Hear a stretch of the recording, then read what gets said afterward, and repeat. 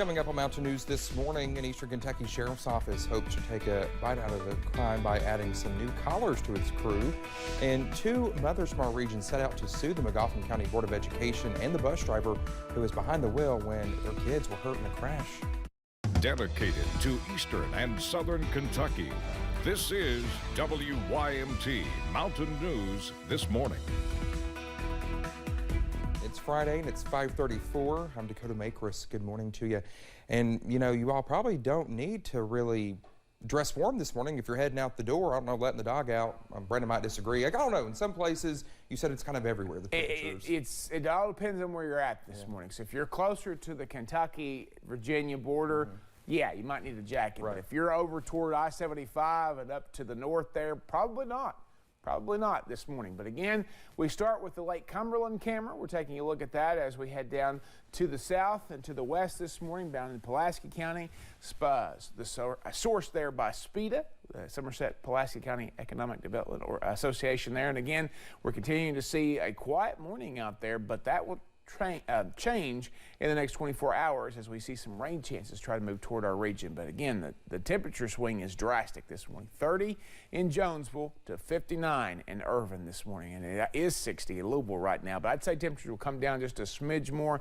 But look at the hues there with the colors. You got the greens indicating the warmer temperatures and the blues indicating the cooler temperatures. So again, all over the place. Regionally, it's not much better, but you can see what's behind that front just out to our west there.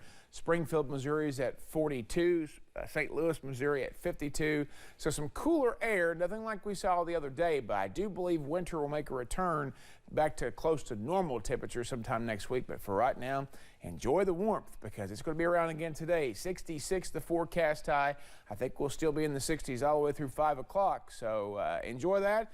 But if you get to miss it, or if you miss it today, you still have more chances to enjoy it as we head into 2023 as well. Dakota? All right, Brendan, thank you. Well, the Floyd County Sheriff's Office is hoping to take a bite out of crime by adding some new collars to its crew. Our buddy Forbes has more as the newest K-9 deputy clocked in this week.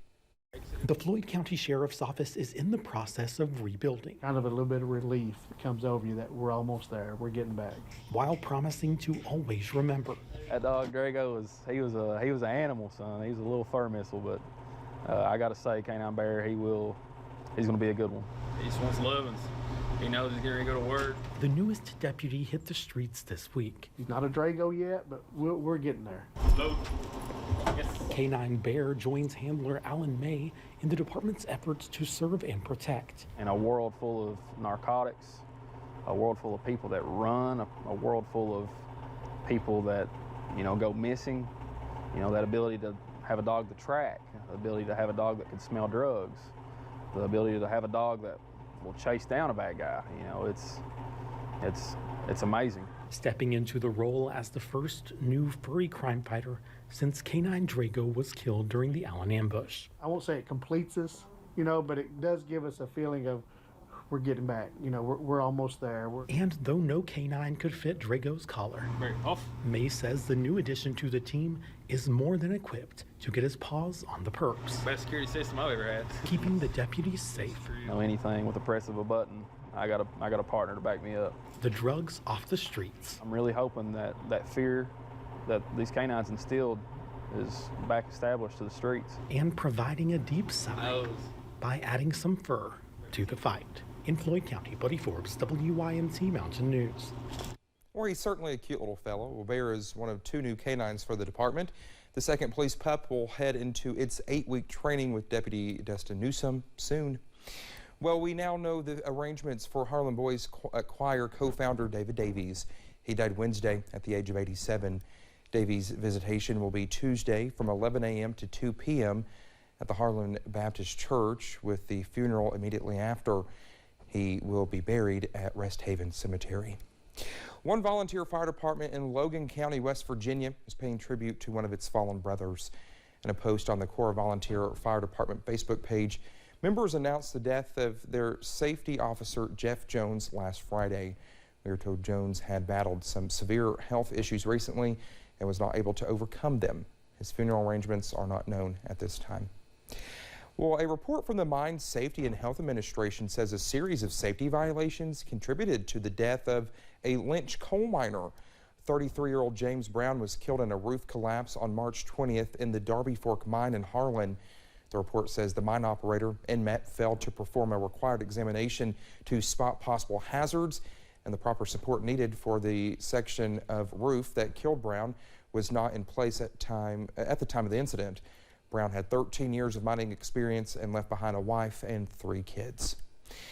Well, the attorney of 2 Eastern Kentucky mothers filed a lawsuit in Magoffin Circuit Court Wednesday against the Magoffin County Board of Education and the bus driver who was behind the wheel when a school bus crashed on November 14th. Officials say 18 students and the driver were on board at the time of the crash. The lawsuit says the Board of Education was, quote, negligent in entrusting the bus to the driver. Well, the mothers say their children suffered, quote, severe bodily injuries because of the crash. The lawsuit says they are seeking an unspecified amount of money for various reasons. Well, the Leslie County Sheriff's Office received a call about a stolen truck around 3 o'clock Thursday morning. Well, police say 24-year-old Destiny McMillan of Baxter drove off in a truck after the man she was with stopped to use the restroom. When police tried to pull her over, officers say she sped off towards Harlan on US 421. McMillan eventually jumped out of the truck and tried to get away on foot. Well, deputies say she left the truck in neutral, which allowed the truck to roll back, hit, and damage a deputy's cruiser. She's facing numerous charges. Well, Kentucky is seeing an increase in COVID-19 cases. The state reported thousands of new cases this week and 45 COVID-related deaths. The high transmission rates forced Clark Regional Medical Center to put its mask mandate back in place. But as Grayson Passmore shows us, many hospitals never lifted it. It's that time of year for respiratory infections. A high fever, 101 or higher, body aches, cough, congestion, runny nose. And those are just the typical symptoms of the flu and COVID. Nausea, vomiting, sometimes diarrhea. Before the holiday season, physician assistant at Baptist Health Richmond, Charles Spellman, says they started to see a stark rise in RSV and flu cases. We hadn't seen flu in probably a few years. I would attribute that to the mask wearing. And since the holiday season, we started seeing more COVID cases as well. While more people are getting sick, and we have lost more people over the last week than, say, the week before, the impact of a post-holiday increase or surge is nothing like it used to be.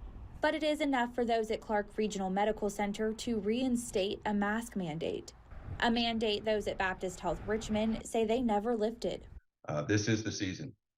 We're going to see these respiratory infections, COVID, flu, bronchitis, pneumonia, all the respiratory infections just seem to go up this time of year. So I would expect that to continue. With a long season ahead, it's still not too late to get flu shots or COVID boosters. In Richmond, Grayson Passmore, WKYT. A spokesperson for UK Healthcare Facilities says the hospital also consistently required masking for all employees and patients since 2020. Well, just ahead this morning, the world of fashion mourns the loss of a British icon who was responsible for changing the look of London with her style. That's next. As we get ready to wrap up this year, rain chances will try to carry us into 2023, but I might have some good news for those who plan to celebrate tomorrow night. I'll have the latest in about 3 minutes.